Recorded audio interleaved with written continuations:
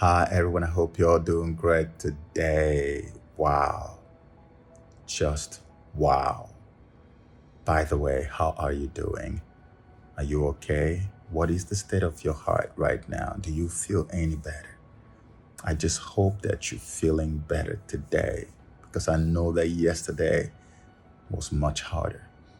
It was much tougher yesterday. It was very, very rough.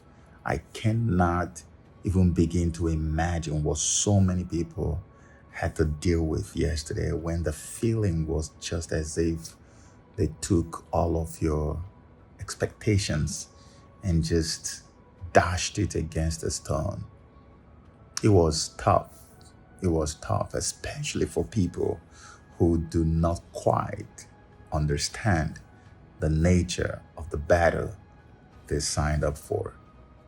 Now, if you have followed me for all this time, especially since I started getting involved in what is going on in Nigerian 2023 elections, if you had followed my train of thought, you would have noticed that I kept talking about the evil altar.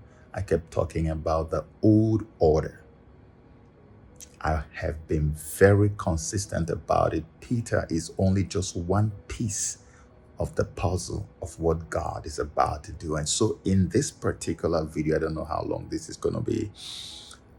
I think I am going to try my best to help you understand what has happened, what is likely to happen, and what you should do or be doing if you are privileged to be a part of the next phase of the battle or the warfare.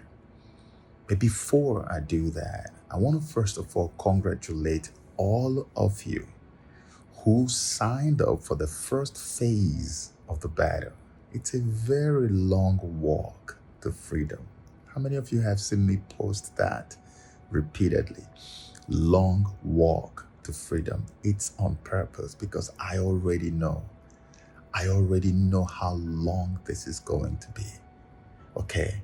But unfortunately, some of us who thought it was going to be tap, tap, tap, boom, a sprint, race. You know what is called sprint race? That short one, you just run, boom, and then you're done. No, it wasn't supposed to be that race. It was supposed to be a marathon. And that marathon is going to be run in phases. The first phase is over now. And so many people are devastated because they feel like, oh my gosh, everything we worked for, everything we hoped for, nothing that you worked for or hoped for is lost. Everything you invested, everything you hoped for, all of them are still intact. Why have you thrown in the towel too soon? You forgot what I told you guys about trading in wheels. When something evil happens and you reject it, that thing does not have power over you. But when you accept it, you endorse it and give it power and mastery over you.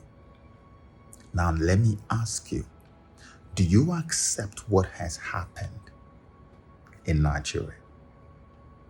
If you don't accept it, where is your will? Have you accepted it hopelessly, thinking, well, there's nothing else we can do? Do you know what that means? You have just endorsed and empowered that which has happened. If you take your will away from it and say, I don't accept it, and hold forth and hold the line and invest that will in the same direction that you have always had it, and keep your hope alive, you will see that this is not an end, but a bend. I know this video is going to make a lot of you happy, but that's not the intention. The intention is actually to help you understand the nature of the warfare that this is not a warfare for everybody. If you signed up for the phase 1, don't think that after phase 1, the battle is over. There is a phase 2. There might even be a phase 3. But in the end, victory is waiting to have a handshake with those of you who believe. If thou canst believe. Have you heard that in the Bible? So when I started seeing reactions, I was heartbroken for so many people because I know what God showed me when we were praying. He said, the altar of darkness to whom they made the sacrifices that actually encourages criminality, that encourages corruption, brigandage, impunity, wickedness, mindless, soullessness. He said that altar is done for, is gone. I said it in prayers. I'm saying it to you now. Even after they have finished what they did. You think you can just wake up and defeat a monster? A monster that had been there for generations. A monster that had caged generations, destroyed generations. A monster that had called Nigeria home. You think you would just come and in one fell swoop, bam, you defeat it and it's gone. No. It's a battle. When Moses was sent to take the children of Israel out of Egypt, it was warfare. It was a battle. Fought spiritually, physically, and otherwise. It wasn't just one straight shot. It wasn't a walk in the park. It was a battle. Heavy one. That's exactly the situation you have found yourself in, because this actually is exactly what is happening today. You want to get to the promised land, but you don't want to go through the processes. Do not let your heart be troubled. That thing that God said when he told us that the altar has been destroyed and the old order has been retired, I want to repeat it to you today. Mark my words. I tell you this all the time. I'm not a prophet. I don't have any title. I am just a child of God. And I know that God loves me a lot. And I'm telling you today, if my heart had shifted away from what God had revealed to us, I wouldn't be making this video. But all through the period that the shenanigans were unfolding and playing out, my heart was at peace. And I kept hearing it. It is done. I even had a pictorial presentation in my mind as I tried to pray, where God showed me how that the altar had been buried and sent back to hell. So all these people who feed off of the altar, who don't care about the rights of the ordinary Nigerians, who do not care how you feel about anything, as we had just witnessed on the 25th of February.